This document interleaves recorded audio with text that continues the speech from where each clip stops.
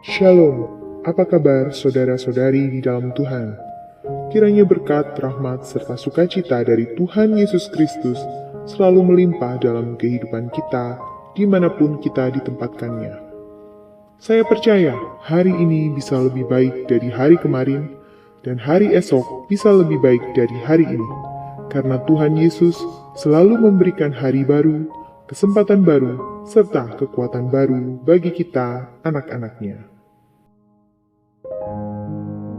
Albert Bandura, seorang ahli sosial, mengatakan bahwa kejahatan adalah hasil proses belajar psikologis. Menurut teori ini, orang melihat bahwa kejahatan mendatangkan keuntungan sehingga tertarik untuk melakukannya.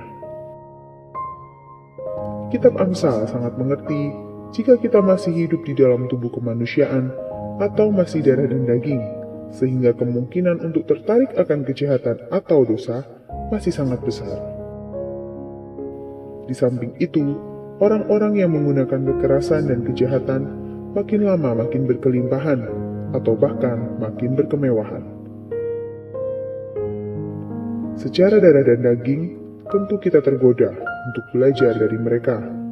Namun kitab Amsal memberikan arahan bagi kita demikian. Amsal pasal 3 ayat 31-32. Jangan iri terhadap orang yang menggunakan kekerasan, dan jangan meniru tingkah laku mereka. Sebab Tuhan membenci orang yang berbuat jahat, tetapi Ia akrab dengan orang yang lurus hidupnya. Sebelum kita masuk ke dalam inti pembahasan, terlebih dahulu saya ajak saudara-saudari untuk membagikan berkat rohani ini kepada orang-orang terdekat, supaya saudara-saudari sekalian juga menjadi sarana saluran berkat. Jika saudara-saudari ingin mendapatkan berkat-berkat rohani dari kami setiap harinya, jangan lupa untuk subscribe dan bunyikan tombol loncengnya.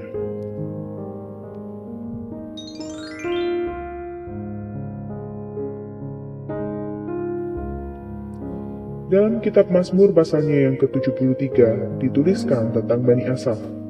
Bani Asaf yang notabene adalah hamba Tuhan, khusus pujian penyembahan, yang sehari-hari memuji Tuhan, hidup dekat tabut perjanjian, hidup dekat dengan hadirat Tuhan, masih saja tergoda untuk belajar dari orang jahat.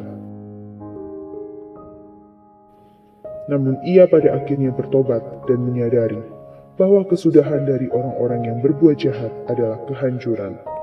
Hal ini tertulis dalam Mazmur pasal yang ke-73, ayat 17-19.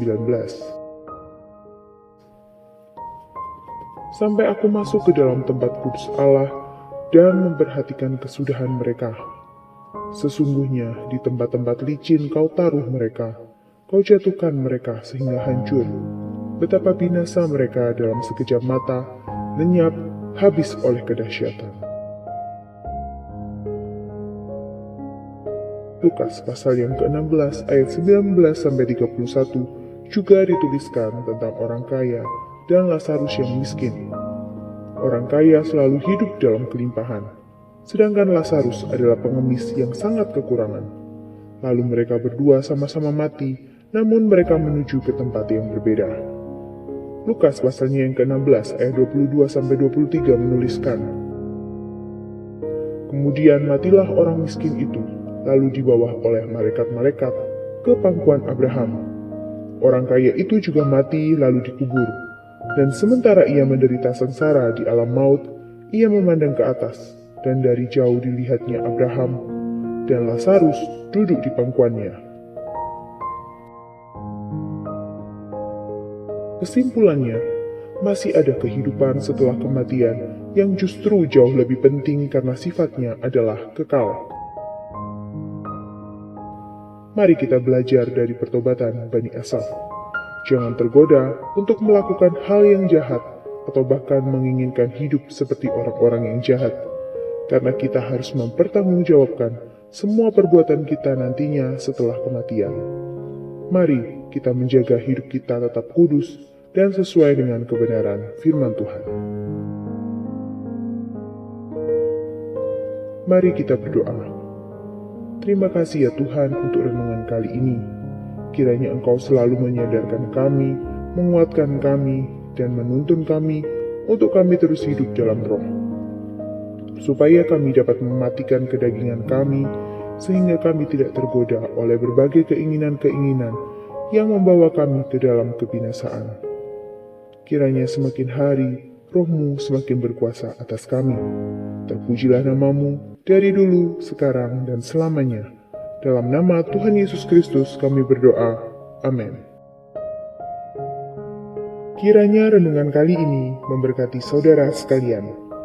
Jika renungan ini memberkati saudara-saudari sekalian, jangan lupa like, komen, share, dan subscribe, serta bunyikan tombol loncengnya. Shalom, Tuhan Yesus memberkati.